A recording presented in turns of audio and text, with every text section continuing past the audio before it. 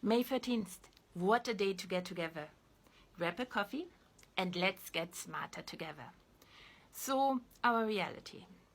Our reality is the product of random search after random search, in which we always select the smallest set of a plethora of data available to us necessary to pursue specific goals in a specific environment, only to rinse and repeat because the goals and the environments constantly change.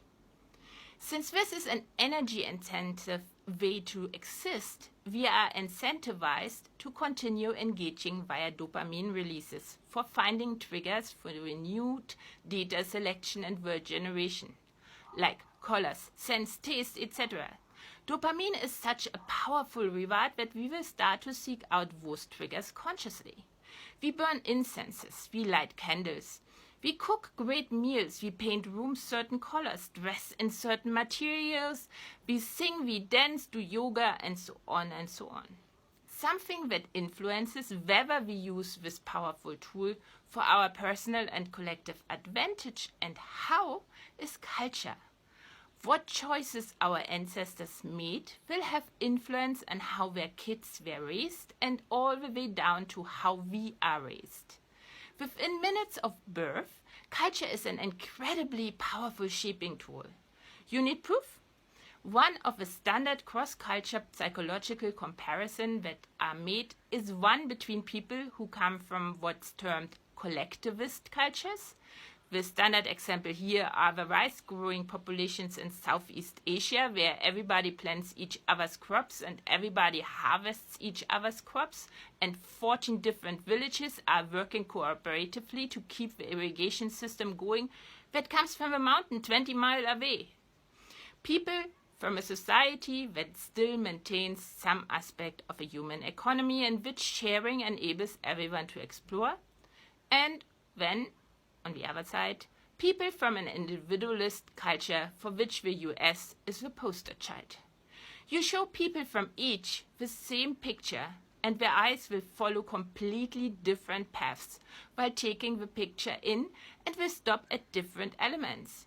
These people select different data. Furthermore, when you put members of either group into a brain scanner and show them a picture of themselves, a certain area in the brain will show up as activated. Now, when you show someone from a collectivist culture a picture of their mother, and the same part of the brain is active again. The self of a person is generated partly from the same data as the representation of their mother or of other close people for that matter, something that will show up in their goals. As the lack of any intersection of the self will do too, in the shape of smaller, selfish goals in which the irrigation system for the neighbor or the person who lives free village over won't play a role for the individualist. And this is why it is so important that the prevailing philosophy in the Mediterranean in the Axel Age and therefore in Europe ever since has been Pythagoras via Aristotle, Plato and Christianity, with the idea that everything can be described with numbers and is motivated by profit. It shapes us to believe that it's not safe and therefore not right to use exploration to our advantage. It discourages what might trigger the switches in data selection and encourages to seek out ways to exploit existing knowledge, standards, routines. Why? Because while random researches deliver the highest payoff, they do require sharing within the collective to a degree that no one stops exploring out of fear for their existence. Plus, place and time of the success of a random search is not predictable. So, Uber explorers chose less payoff via exploitation with sporadic additional payoff via accidental exploration, but payoff that is in its vast majority predictable, and it shows up predictably in their coffers, enabling them to live up to the standards of their identity.